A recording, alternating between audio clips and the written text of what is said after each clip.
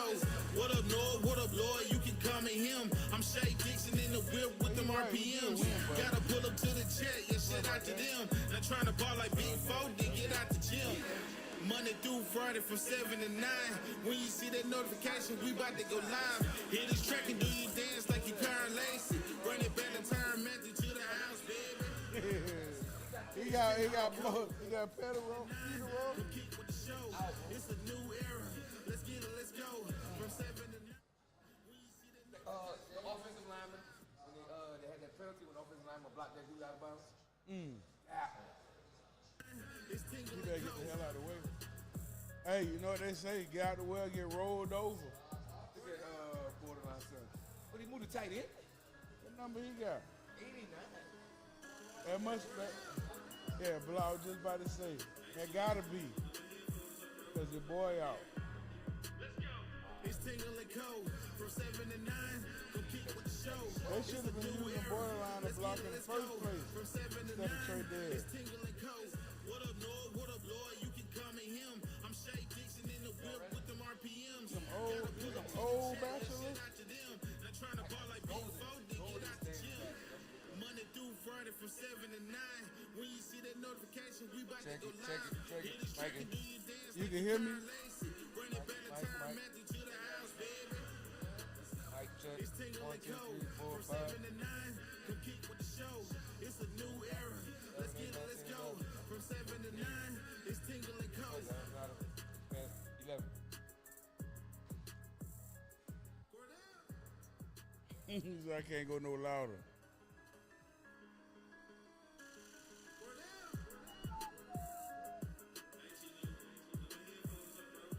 All right, we are live from Golf Suites here, recapping post-game show with two LSU legends, Rohan Davey, Kevin Faulk here. Ro, Kev, how we feeling? I'm good. Figure it all out. That's all. LSU with a 2010 victory over Florida. Obviously a defensive masterclass. Yeah. Offense, not so much. And that's why it's special we get to hear what you two guys played that side of the ball, obviously at LSU and professionally. I want to start it off just asking y'all's takeaways from the game as a whole. Kind of what did you see tonight against Florida? I'm gonna let Rose start it since he got his paperwork ready to go. I don't gotta look at this though for that one. You know what I mean? Like what you saw tonight was the same thing you saw last week, basically, in my opinion. You saw what we were on defense, still a fly around, ball hawk, identity. You see the identity, but when it comes to, you talk about three phases of the football game, the kick game, offense, and defense. It's the same as last week. You have two phases of the game that's holding it down, and then you have the same phase as last week offensively that's really keeping these games closer than they should be, putting a lot more suspense into it. So if you like suspense, that's good. I don't like suspense, especially from the offensive side. Right. When you have the weapons and the quote-unquote roster that is supposed to be, doing more than what we're seeing thus far early in the season. And I'm going to just go back to a part of what I said last week because we still won. Yeah. We still won the football game, a tough SEC road game. A tough SEC home game. Right. And we still won the football game. So that's the plus side. But the concerning side is that it's the same lackluster performance from the offense 2 weeks in a row. Kev? For me, we talked about it earlier, consistency. You see the consistency out of the defense. In every aspect that they're doing, blitzing, playing coverage, you can see the consistency. You see it. But on offense, it's very inconsistent. Early on in the game, I think we might have had three and outs. back to back to back. And in the middle of the second quarter, you kind of seen we caught a little, how you say that, a little rhythm, and we started moving the ball a couple. But now it went no huddle. Right. We started moving the ball, so that was some consistency, but it wasn't throughout the whole course of the game. Yep. So for me, it's the consistency aspect from the defense, special teams, and offense. And offense is the one that's lacking right now. The no huddle, when he came out in the no huddle in the third quarter, and they picked up some pace. They threw a deep hitch route, deep stop route to Berrien. He caught it, moved the chains. They got them moving really, really well. And, bro, after they got the momentum going there with the no huddle and getting guys involved in the passing game, getting the draws going, and getting the ball out of Nuss's hand quick, it just seemed like after they went down, scored, came back, they never went back to it. And I'm not sure why we didn't go back to it because, when your quarterback is struggling, such as Nuss did tonight, just getting those quick completions, just having him not think too much about what the read is, because tonight they did it. Florida did a good job of lining up, showing something different, and then when the ball was snapped, showing something completely different. And he was confused at times tonight with the football. So that's why, in my opinion, the change of pace offense, the no-huddle offense, getting the ball out of his hands quickly, getting it outside, down handing to your back draws. You saw even the same thing that Florida tried to do with us with the screens and throwing the screens into the rush. Like, some of those things we need to go ahead and incorporate because, listen, when a quarterback's not playing well, the biggest thing to do is to take the thinking out of it for him. And that's what I would have liked to see a little bit more done tonight. Yeah, I mean, to me, I feel like watching this offense go and the way that they played, looking at Nussmeier, it still feels like, and we've talked about it throughout the first, last weekend, that they don't have an identity. It's literally polar opposites, offense and defense. And you saw it tonight, like, to me, blatantly, like even compared to last week, where the defense was free, comfortable, they're flying around, they're making plays, they're all in the right spots and doing what they're supposed to do. That's why you see 5 interceptions. You see 2 or 3 sacks where they're getting pressure on the quarterback, making him do things that he's not comfortable doing. And then offensively, it's just the opposite. Nobody is really comfortable where they are. It doesn't feel like Nussmeier and some of the guys are on the right page. Like, there was even a time that it was Jawan Johnson just stop and sit, and he floated a little bit to the right, and he threw the ball, like, yeah. It was just over the middle of the check down. And that's one of them where you just have to get to your point and stop. Sit there. Don't make no movement. And I know exactly the play you're talking about. Right. And I thought about it because as a running back, that has happened to me.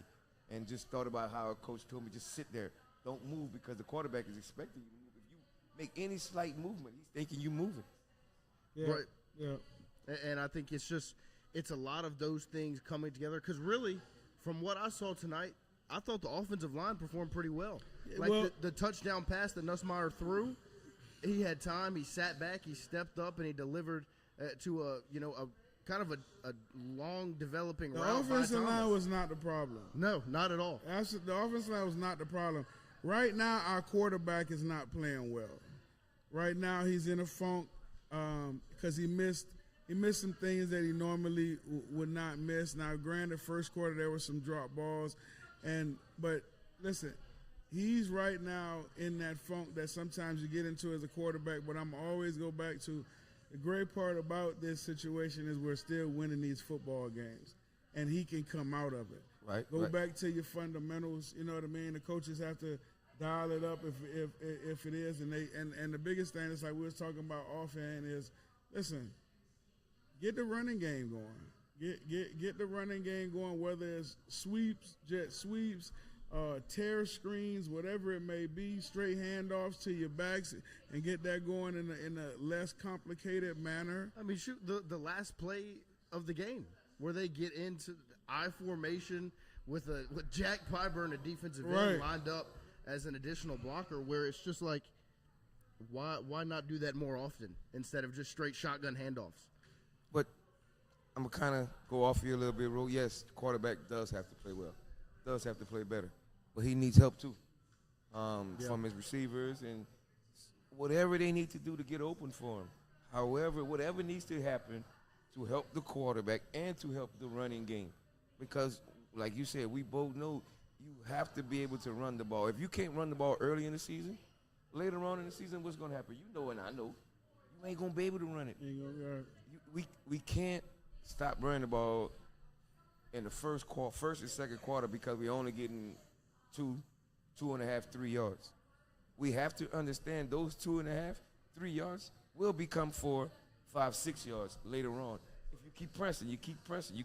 And it keeps the defense honest. Right. You know what I mean? Right. At some point, because LSU is also they're predicated on play action passing. Right. And so in order you want to run that play action passing, I mean, we got to know that you will have, even it's a threat for you to hand it off. You know what I mean? Because they love trying to hit those drags and trying to high-low with the drag and then the deep digs behind and put that linebacker in a predicament. So, and our decision-making, though, man, and that's the part for me when I talk about, the quarterback position and playing better, it's the decision-making when things are bad. And there were some decisions made, just like there was some made in the last game, where you would want to see just a more seasoned play from a guy that's been around. Now, granted, last year was his first start, but they're coming to your second year now. And, the even the interception that he had tonight was one of those plays where you expect that from a younger quarterback, So it's just those type of things, decision-making, the accuracy that he's playing with right now, some of those things definitely.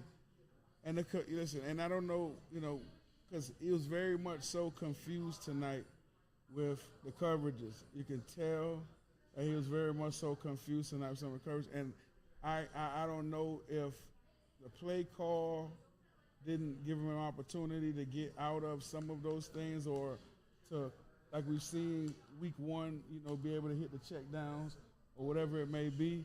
But tonight looked very confusing, man. It really did. Like I know, it's easy to do all those hit the check downs, get that deep ball in when everything is going well. We know that's easy to do. It's how you respond when things are not going well. And for us, thank God we're winning football games. Right. But we know from seeing it, we're not playing well offensively. So thank God we got a defense. Right. But we have to continue to keep playing, though. Oh, yeah. Keep playing. And thank God we winning. Bring that consistency back out. Got to. And, and like I said, that's the part for me that's, we're winning. We're still winning these games, and it's building that kind of toughness on the other side of the ball and in the special teams. And, just like offense is this thing, though, it's so different. Like, if you start clicking, you click, so that's the only thing. Because that's the thing when we're talking about the offense and the defense. Defense is playing out of their mind. And the thing is, we've seen it before where we know that it's not sustainable to always win games with defense. Right. You look at 2011. Now, 2011 is different because the offense was abysmal. You couldn't even get past 50 in the national championship game. But not every quarterback is going to make the decisions DJ Lagway made. That last interception he threw, that wasn't anything exotic Blaker threw out at him. That was just pressure. He ran away. That's just threw the ball Lagway. up right. And so it's just not every quarterback is going to make that play. Sellers in a couple of weeks is a little bit more polished and more experienced than Lagway is. That's if he plays. Right. That's if he plays. Yeah. We don't know what how serious break. it was. Break. That's if he plays. And so it's just you can't always bet on your offense, because the stat tonight stood out to me: 15 receptions on offense, 5 on defense. You had 5 picks. Offensively, you only had 15 catches. Wow.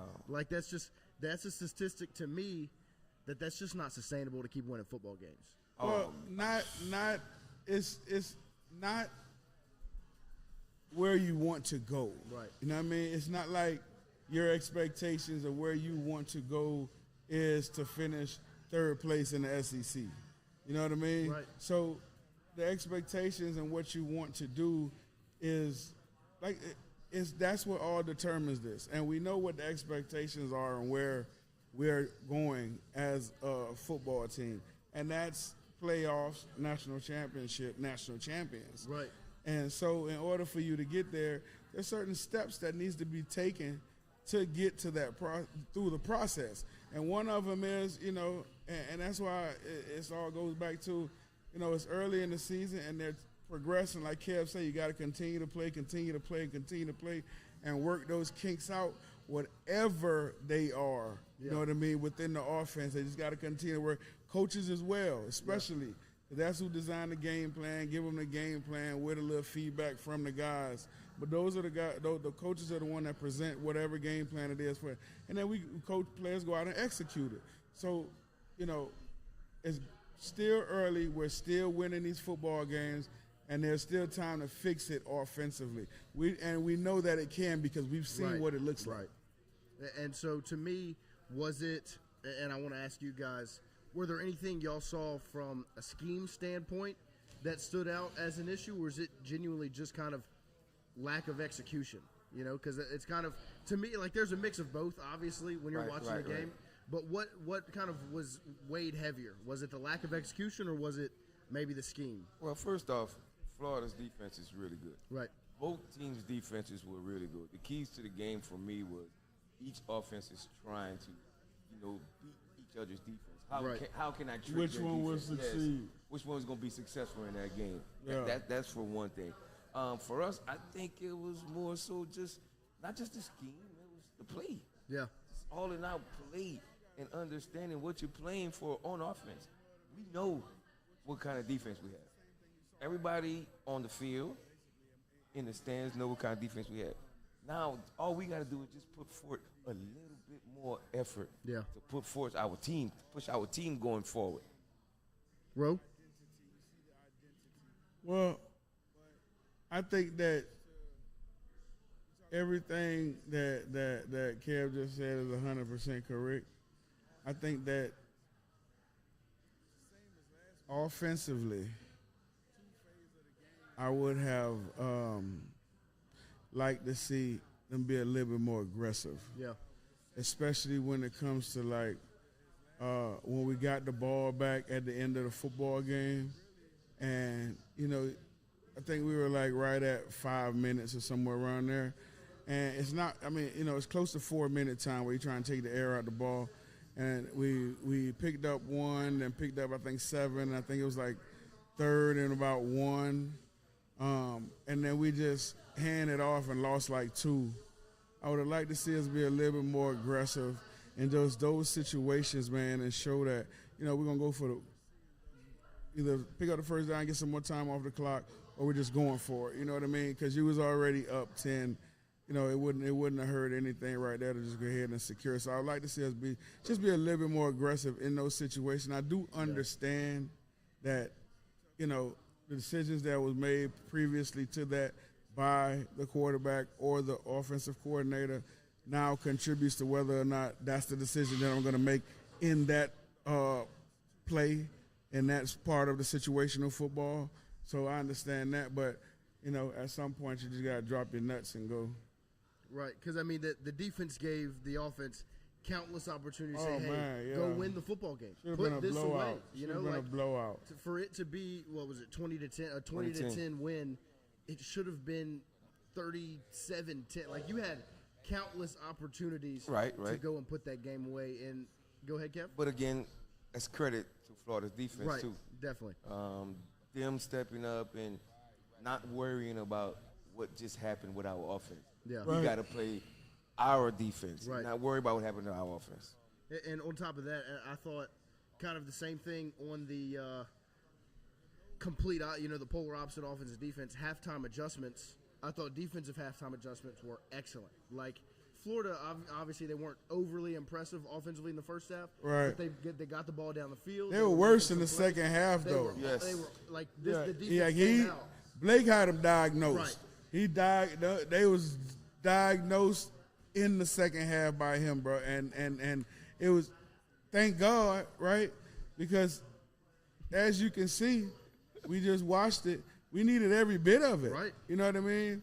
We were very innate offensively, and defensively, they are who they've been since the beginning of the season. So, 5 interceptions, countless pressures on the quarterback, countless hits on the quarterback. So, listen. Getting him out of the pocket, making him try to throw on the run, just pressuring him. All night. All night. And I thought on the flip side, offense in the second half, I mean, the offense didn't score, I believe, in the second half. The only touchdown was that pick six. From Deshaun Spears. So the offense. Dismal. And a credit to Florida's defense as well, like Kev said, where they came out with a clear game plan in the second half. But I would like to see, because when I watched USF and Florida and some of the film on Florida going into this game, I wasn't overly impressed with their back end, with the DBs that they had. Now, their front seven, impressive. The DBs I wasn't super impressed with. And so I wanted to see a more aggressive approach because I thought LSU clearly had the advantage from a skill standpoint on the outside. And I didn't see anything really shift from half one to half two offensively in the same way I saw defense, who played great in the first half, come out play even better in the second half. Right. Were there any things that y'all saw in the first half from the LSU offense that you would have liked to see change going into the second half?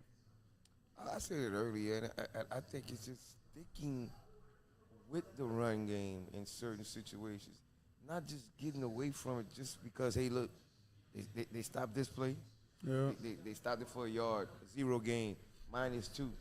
Because like I said earlier, all of that matters later on in the game, because that 1 yard, 2 yard pounding that you got in the first half, that you was getting in the first half, it instantly becomes 3.5, 4, 5, and then you might break one. For instance, the long run. Durham had late in the game. Yeah. That's later. Right. We got to understand that somebody make a mistake, coming off, didn't contain. I can hear Bill Belichick right now. Where's the defensive end? Why is he not containing? Right. Just an assignment bus. Just got to keep going. Just keep pressing. We have to go forward, because later on in the season, I'm talking about with running the ball. Because later on in the season, when you have to run, you ain't going to know how to. Right. You ain't going to be able to. And that was the problem last season. Right. And that's part of what you wanted to see going from 24 to 25, a commitment to that rushing attack. Right. Well, and then you thought it was going to be better, too, because there was some momentum going into it towards the end of the year. You know what I mean? With Durham, there was some momentum going on in the end. And, I mean, to see it in such a dismal place right now, it's definitely troubling, because what you have now is an innate running game now mixed with a quarterback that isn't playing well right now, and an offense that isn't playing well right now. And so there has to be something that, when you talk about fixing it, something to give this thing a jolt. And, the one positive that I've seen over the last 2 weeks when it comes to the passing game and just the offense is actually what I saw tonight. And the power running game from like the Bo Schembechler era, and then the no huddle. I formation. Spread it out and go get it. You know what I mean? Like, if that's what it has to come down to, then, to get those guys going, something has to kick, man, because we have to get in sync going down when we get in the meat of what we're talking about. We can't continue to try to fix it, and it's just not working. At some point, we have to really figure out who we're going to be offensively. Because we know who we are defensively. And I want to go back to it again, just to give some positivity on this show instead of just going in on the offense, because it is bad. The defense is balling. Like, for Whit Weeks to go down that earlier in the game, and you to not really miss him, that defense to not skip a beat without him, whether it's West stepping up, who ends up going down, and still, then Zach steps up. You go from 1 week to 2 weeks to 3 weeks all throughout the game, and I thought the defense played extremely well. Devon Keys stepped up when he got out there. He did. The one thing I wanted to bring up and allow y'all to go with is the safety play. Going from How- 24 to 25. Man, bro, just from thinking about last year in the secondary, how people were talking about, Corey's back, it's supposed to be better. But nah, this the year he came back. That's not none of his guys that's in there. He got a couple, but it's not those guys that he got in there now, that's his guys. Yeah. That's guys that he brought in, guys that he has a better understanding Gangster. of and about. Yes, sir. And you can tell just Yes, by sir. that play. Yes, sir. You talked about it linebacker-wise. Weeks goes down. The older Weeks goes down. The middle Weeks comes in and steps in. It's like you never skipped a beat. Right. And then Middle Weeks go down, and then you got somebody else coming, younger Weeks coming in, and it's pretty much the same thing. And that's what we're trying to get with the whole team. It's consistency throughout the board. When one guy goes down, the next guy coming in Step replaces. in, yeah. It shows the depth too, though. Right. It shows really, really good depth in when he talks about BK talks about the best team assembled, and that's part of what he's talking about is that depth, because you saw it from the safety position, Yes. you saw it from the linebacker position, and we've been seeing it all year from the defensive line position. So, I mean, even take it back to the offense, and we talk about as abysmal as they've been, but at the same time, you know, you having guys going down on that offensive line, and they're plugging them in, you know. So, hey, the team is – this is the thing. The team is a really good team. Yes. The question is, can we go from there to national? That's right. right. Yeah. I mean, That's right. they, And we can. And we can. because you're elite on one side of the ball right now. And I would tell you too, I take my hat off to that offensive line for real, because I thought that, especially with the injuries that we've had at the center position, I thought that it was gonna take us a couple games to really get going. I knew we were gonna still be fine because of who they're coached by, but I thought it was gonna take us, you know, at least a couple games for those guys to really hunker down. But hell, man, tonight was wonderful. Yeah. You know, it was wonderful. They did a good job. And I want to ask, do y'all feel like the offense has improved at all since week one? Like from week 1 to week 2 to week 3, have you seen improvements? I'm going to let the quarterback answer that one. I would say that week 1 was the most efficient that they were, and I would say that everything after that was in a decline. I would say that this week was worse than last week. So I would say they've been in a decline. And it's from a decision-making standpoint. It's from also a schematic standpoint. So it's not just the players, right? It's from a isolation standpoint, who we're targeting, who we're going after. It's all of it. It's not just the players, you know what I mean? It's the execution of everything that we're doing offensively. It's not having a clear direction, you know what I mean? So it's all of that. But I definitely think we've been in a decline the last 2 weeks, from last week to this. You was nice with your answer. I thought it was about to be a little more uncut, raw, but you was good. I like that. Yeah, one. I'm trying to clean it up. Right. Because to me, I just and maybe part of it is What you think? Clemson's not that good because What we talked about last week. Right, I know. What we talked about last week in the sense of, like, we didn't know how good either Right. team was. going Nobody. into week 1. Now it's starting to show Yeah. where everybody's weaknesses are. And I'm Yeah. talking about every team. Yeah. What's your strengths and what's your weaknesses? Yeah. It's week 3 right now. Week 4 and 5, you're gonna be able to tell everything about every team Right. that you've seen play, or anything that you'll be able to see a lot about them because you have a better understanding. Yeah, because to me, and I think that is part of it in the week 1 situation where it looked so good, and it might just be because Clemson didn't adjust. Like I thought the game plan Florida had in the first half offensively was really good. So did I. When they had Throwing Perkins, into that, yeah. Perkins blitzing off So the did edge, I. they're going right to a swing pass right over his head. You know, and So did I. LSU, I didn't see that same. Like it doesn't feel like the last 2 weeks to me offensively. Week 1, they had a clear game plan for Clemson. The past 2 weeks, I've not seen a clear game plan for the opponent. There's no identity. Right. And the reason being is because week one, we all thought that, okay, look, this is what we're going to be like. Because it was week one, like Kev talked about. And as you go along, you see what you're going to be. And unfortunately, Last 2 weeks, I know what you're going to say. Yes. The last 2 weeks have shown that is who we are offensively because that's all we've seen thus far, right. Especially these last 2 weeks. First week you saw, you have this long a time to prepare for these guys, this and this. I've been working on this, and you see it. And now it's like, but I don't understand why there's not a piggyback off of what you were doing then to follow it up the next couple weeks with, okay, this is our identity, this is who we are, this is what we're going to do. I don't know. I really don't. Because you do see flashes. Like I thought there was a play, it was like a drag to Aaron Anderson. That was quick, easy, dumped it off, let the athlete go make the play. We ran it twice. Right.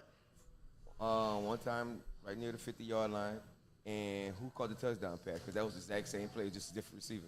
Xavion Thomas? It was the exact same play, Right. just a different receiver in that spot. That's all it was. And that wasn't a great throw. I know exactly what you're talking about in the end zone. It wasn't a great throw. It was a good read, everything, but that wasn't a great throw. He was just so open. Right. Right? And I just, like, man, I hate to harp on it, and because a quarterback is so detail-orientated. But it's like, bro, we just need to continue to improve, continue to get the wins, but we got to get going offensively. We really do. And I'm with you. I think the biggest one part of it is, hey, you got all these great athletes, right, and backs. Man, listen, get the run game going. Get the run game going in any capacity that we need to, whether it's sweeps, whether it's quick hits, whether it's quick balls out of his hand, handing off to the backs, whatever it is. But get that going. Yeah. And that'll help the O-line, too. Yes. Definitely help the whole line. That's what they want to do, really. Yes. They want to run block. That's what they want. And get those guys into a comfortable feel. I'm talking about the backs. Yeah. Understand? Because right now, confidence level is not there. While we're not going to run the ball. You come from week one to the last 2 weeks, it's like it's night and day. Night and day of how we ran the offense, how we game plan for the opponent these last 2 weeks. And I want to ask you, Kev, because there's a lot of conversation on social media and throughout the fan base of there's some play calls where it's 3rd and 5, 3rd and 4, and it's a shotgun handoff instead of trying to get ahead of steam and get something going. And I just want to ask from a running back perspective, how much different is it being in the shotgun and taking a handoff and kind of being stagnant and still, and then you're getting a handoff right next to the quarterback and trying to get going, or you're in single back or the pistol and you're able to get a little head of steam going before you're cutting through the offensive line? They're all different. Just have to be aware, understanding what you work on during the course of the week of practice, camp. It all takes course. It all takes its play during the course of the game. But the play calling aspect of it, look here, I'm never going to complain about somebody calling plays because it's not an easy thing to do. Right. It's a feel thing, first and foremost. How you feel about your players, for honestly speaking, and how they're performing during the course of the game. Exactly right. And then it's about how the defense is playing, how the opposing team is playing. So there's a lot of things that has to happen in maybe 7 to 10 seconds. Yeah. And you got to have to make that decision. Now, that comes with preparation, too, during the course of the week, and you having an understanding of what's my 5 best 3rd and 2 plays, what's my 5 best 3rd and 6 plays, and then there you can go from there and pick one. Right. Because you like all of them. You like all 5 of them. I'm just going to pick one.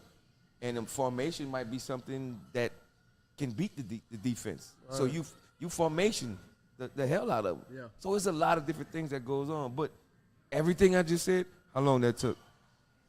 Took a little while. You ain't got that much time when you're in the booth when you calling plays. Right. So it's a tough thing, but at the same time, that's the job you chose. Yeah.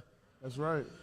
And because it's just, to me, I know these guys in the running back room are talented. And it's not a problem of, like, when you looked at the defensive backs last year, the issue when you couldn't stop anybody was because a lot of it was when you just didn't have the guys. And I don't think that that's really the issue with the running backs now, because I think Caden Durham's extremely talented. Right. I think Harlan Berry, obviously extremely talented, still figuring it out, still trying to get physically ready to play at this level. Jawan Johnson, I think you've seen some good things, and they obviously trust him a lot. Right. Because he's out there a good bit. I think Caleb Jackson has talent, and I want to ask you, like, what is the reason why Jackson maybe isn't getting the same opportunities? Because it feels like now you're going from Caden Durham to Jawan Johnson as your number 2 running back. If you ask me, it's all on Caleb Jackson. Yeah. And what he's doing during the course of practice, the week of practice, camp, what he did in camp, that's all on him. Obviously, at the beginning of the season, they thought he was the number 2 running back at the start of the season. After the first game, I really can't tell you what happened. Because, like you just said, you started seeing Jawan coming in. You started seeing Harlem come in. So it's a little different. Receivers running the ball. Right. So it's different now. So it's all on how he feels. And then another aspect of it, back to the defense, because I think they just played outstanding. I wanted to talk about the defensive backs and the confidence that it allows everyone else to play with. Because I feel like that front 7 plays so free because of the confidence in number 4 and number 3 and 11 and 0 and 13 and 10. Like, these guys are just out there making 7. plays. Right.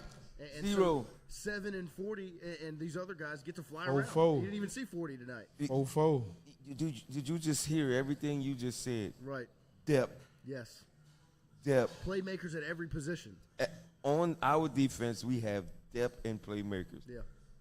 Thank God. Because I think last season, and kind of what I saw in fall camp before the 2024 season was, I saw the improvement with the addition of Baker from a guys on the right spot standpoint. It wasn't complete confusion like I thought it was in 2023, where people were just lost on the defensive backfield. They were in the right spot, but they weren't making the plays, And now you have this defensive backfield where they are out there making plays. Like like 13, like AJ Halsey to me is extremely impressive. Like, he broke on that football in a heartbeat. That was a hell of a pick. You could tell he watched film. Yes. That was something that he seen on film. That was a very impressive. Because just like you said, soon as the quarterback released it, it was just like, oh, that's a pick. Right. Very impressive. And then, like, the Deshaun Spears, the pick 6, was watching Lagway's Yeah, he eyes just felt him. He followed him the whole so time. You're seeing development from these guys. Right. Deshaun Spears, true freshman last year, didn't really get on the field all that much. Now, in one of the biggest games of your season, he's out there making the plays. Trusting the coaching. Right. Trusting the coaching and understanding what the coaching is. And do you think that's one of the key differences between the offense and the defense is the trust in the coaching and where they're at? Like that it's that? No, I think it's a trust factor when it comes to just the plays. Right. When it comes to execution of the plays, they're not doing anything different than they have. They've been with these guys whole training camp, man, whole everything. They know them. It's just a trust factor when it comes into execution. You know what I mean? Like, execution. I don't know if coaches are still trying to feel out this. He shouldn't be. Right. Shouldn't be right now at this point where we are in the season. You know what I mean? So now I just think it's a trust factor within them guys with the plays. One thing also is them trusting in themselves. Yeah. Defensively, they have all the confidence in the world in what they can do. Yeah. And how they going to do it. Right now, like Rose said, we still trying to find ourselves offensively. The first week of the season, we thought we had it. Yeah. We thought, look, the play calling, the design of plays was tremendous. 1 week, we fell behind the last 2 weeks about that situation. But that's on the defensive side too as well. The opposing defense, because they get paid too. Yeah. Yeah. Right. And I thought Florida did look impressive defensively, especially that defensive front. I thought played really good. It's just kind of it's an interesting spot to be in where LSU is right now, because you are 3-0, and you've got 2 pretty good-looking wins on your resume with Clemson and Florida. and you're going into Southeastern this weekend, which is another one of those little tune-up games. Hopefully, after that game, we're sitting right here with a bigger smile on our face with the way the offense performs against the Lions. Obviously, that is somewhat of an inferior opponent. And Somewhat. The hell you mean somewhat? trying to be nice. I got some friends at Southeastern Louisiana. That's all right. They know it too. Right. Yeah. And so hopefully we're sitting here because then you're going on the road, SEC environment, to Ole Miss in Oxford. It's a big game. And what will be another big-time matchup. And so one of the things just I want to ask is, what is one thing specifically, I know run game will probably be the answer, that you want to see addressed in that Southeastern game with the first-team offense and the guys out there to roll over into that next big-time SEC matchup? Be consistent. Yeah. All around the board. We can talk about running the ball all we want. And, look, I'm a running back. I'm going to talk about running the ball. Right.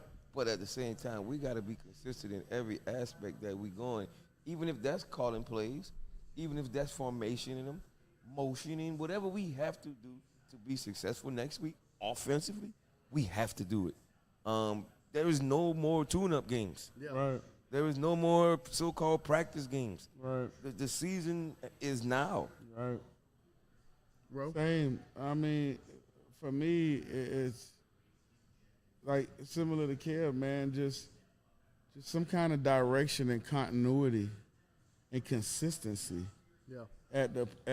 as a unit. You know what I mean? Like, and just love like whatever is going on. If it's not simplified or needs to be simplified or whatever, from a coaching aspect, I hope that they would also use this game as and as I thought La Tech was going to be. You know what I mean? It's a springboard to trying to get going.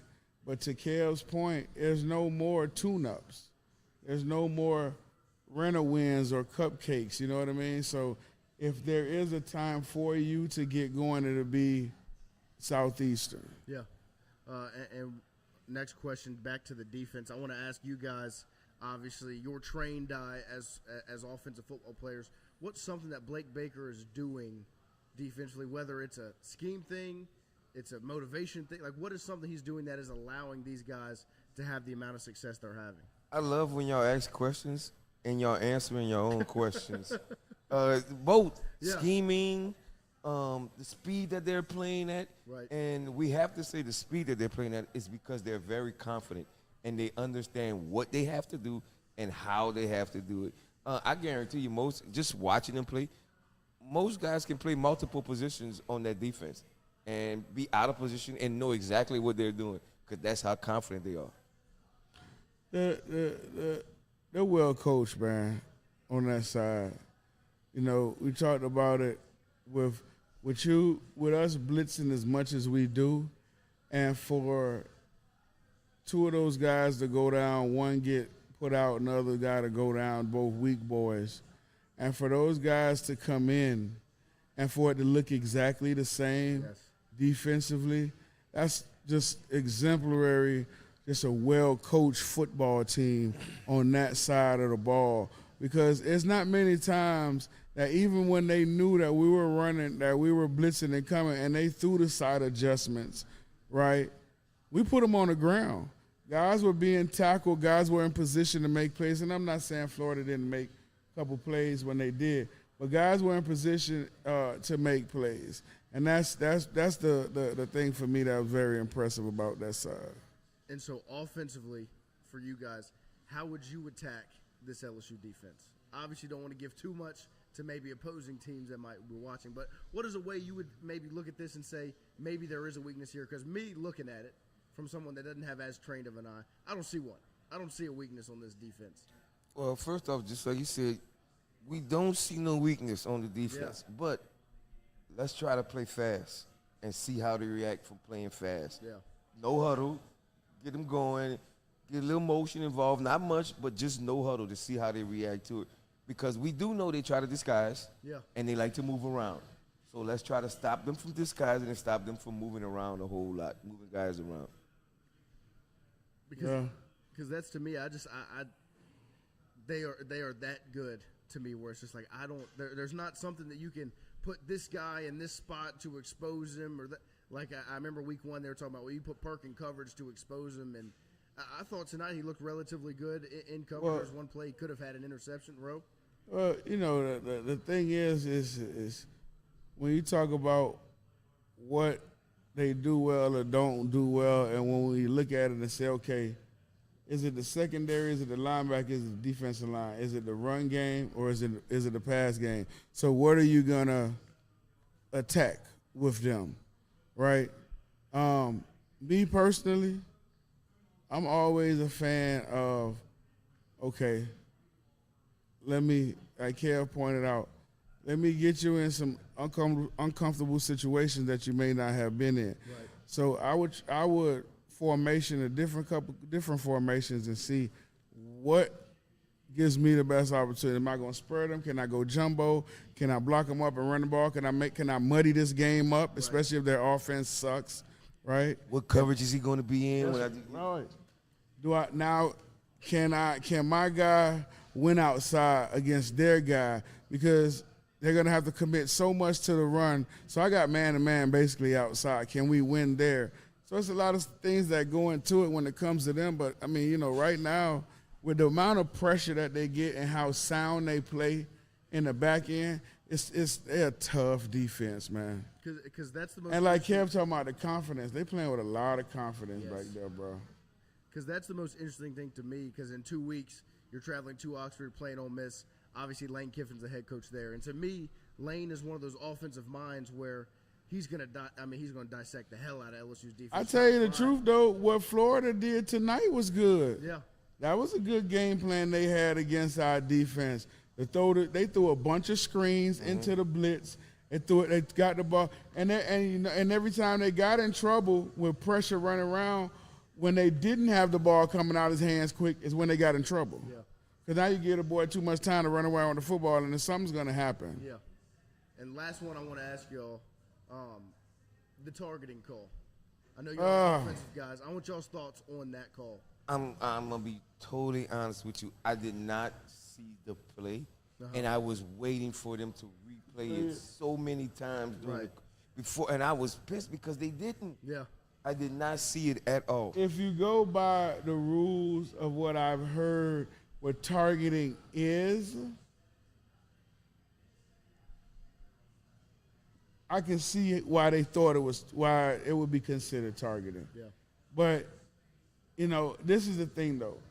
Based on how those guys play, right, how ferocious they play with, the mentality they play with, as fast as those brothers play, that's going to happen. Yeah. I really do believe that. And, I mean, and not just them, guys that play that position that way defensively.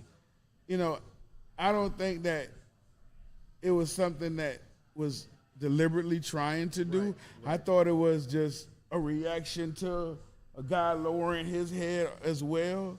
But that's why I said if you go by the rule, I can see why they called it that way. But I personally thought was he was making a football move, a reaction to the back coming down, and you know that there. So to me, the rule changes every week if you ask me. And I'm not trying to. It's true, bro.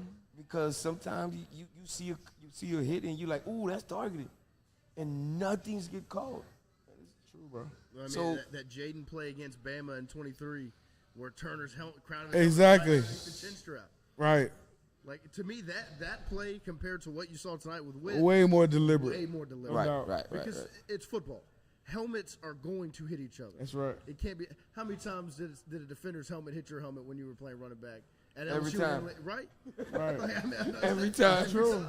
I will tell you the truth. Every time. It can't be a targeting every time two helmets hit each other. Right. No, it can't. It's part My of football. number one thing is make a definitive rule. Yeah. And stick with it. Don't make it gray. Right, no gray area. Don't make it gray. And then from there, we go from there and keep it that way. Because if you watch games and you see one game, you're like, oh, that looked like that was targeting. And you flip it to another game, and pretty much the exact same thing happens. Yep. But they call it in that other game. Right. You're like, need some consistency with them damn refs. Right. So you're different feels. Right. And it's got to be more consistent because. Right. And I guess there is a silver lining with that call. Is the fact that you saw that depth in that linebacker role. That's the one position they didn't go out and pay to bring anybody in. Right. Like, they got new guys all over that defense, not linebacker. They're well coached too. Yeah. Yes. They well coached, dog. Ain't gonna lie. Now that's the one thing I can't discriminate about. Now we got a good defensive coaches on this team. Now. Communication is really good on the defense they well side. coached, dog. They well coached. They're well coached. And that's the thing, because they're so elite on that side of the ball. Oh man. You just it really makes it to where you just need a good offense. Right. A decent offense. It's like the flip side of 23. That's exactly right. You just needed something on A defense. smidgen. One stop. Yeah, That's all you need, man. because Jaden's going to go down and score every time. Yeah. Right. You just need one side. Now it's just That was incredible. that's the hard You're part. right. That's right where we at. Yeah. Right where we at. But it's. I would rather have this issue than 23 though, because the one thing is, if you're not playing good defense and your personnel's not good on defense, that's one thing. But we're not playing good offense, but we have good personnel. Right. So I'm looking for that to go off, like I said, just sooner than later. You know what I mean? And I thought that they maybe constrained the wide receiver rotation a little bit. I felt like you saw a lot more Brown, Thomas, Anderson, really more than Aaron Anderson, more than anybody else. Yeah. Like I don't think I saw Hilton or Nick Anderson really. I ain't see Hilton. Oh, he was in there. I was looking for him. I ain't see him a lot. He wasn't in there a bunch, but he was in there. Yeah, he was in there. And maybe is that a commitment to getting more of those underneath things to those guys? I think it goes back to what Kevin said. It's the confidence that the coaches are showing and whoever they're showing it with. You know what I mean? Whether it's this is not this type of guy's game, or this may be this type of guy game, or I don't have confidence in this guy, or I don't have confidence in a quarterback right now to call this play or run this. So instead of this guy does it. It's all that. It's all that. And it's a confidence thing as well as, I don't know what they've been seeing in practice from these guys. But, man, we're very out of sorts right now. And like Kev said, it's something that we got to get fixed. Yeah, sooner rather than later. Your question as far as the rotation and the receivers and everything, you got to get guys feel. They have to get a feel of the game, and if you rotate them too much, how is your guy gonna get a feel? That's how, as a former player, a player, I had to get a feel. And I know you hear commentators talking about guys talking about, I need this many touches, I need that. Well, you're not being selfish. You're just telling the truth. Yeah. You're not being selfish. You're just telling the truth. I need That's what I need to get a good going. feel. Yes. Need to get lathered up. Everybody. Baby. Yeah, no doubt. 100%. Well, I appreciate everybody tuning in tonight. We are live from Golf Suites here in Baton Rouge, Louisiana. Shout out to our friends at Golf Suites taking care of us. Great drinks, great atmosphere. It's a great place to watch the game. Don't forget, in 2 weeks, like we said, traveling to Oxford, we'll be here, and we expect everybody to pack this place out because it's not going to be Tiger Stadium. No contraflow stopping you from getting to Golf Suites in 2 weeks. So make sure you find your way over here. Yes, sir. And tomorrow we'll be at Pizza Byron's recapping the game once again after we get a second look at it. Yeah, we get a couple looks at it. He gonna take a second, third, a couple looks at fourth it look tonight. at him. I already know. He going back and look at it tonight. Because I do. I got to go back and look at it. Because I saw pieces of the fourth quarter, because I was driving over, so I got to go back That's and the only look problem I have. Yeah. Driving over in the fourth quarter. I Yeah, listen to it, but I me can't too. see. Can't see it. I want to too. see.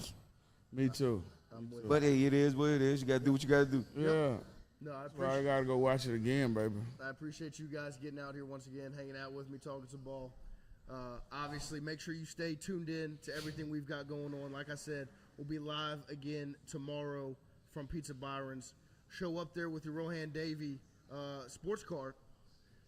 Remember, Rohan, you threw that deal out there. If they show up with a Rohan card, That's right. We'll see. We'll see who. They shows only up about again. 5 cents, not hard. Go get them. We appreciate you guys, and like I said, we Free will be beer back. or wine. Anything y'all want to close it out with before we get out of here tonight?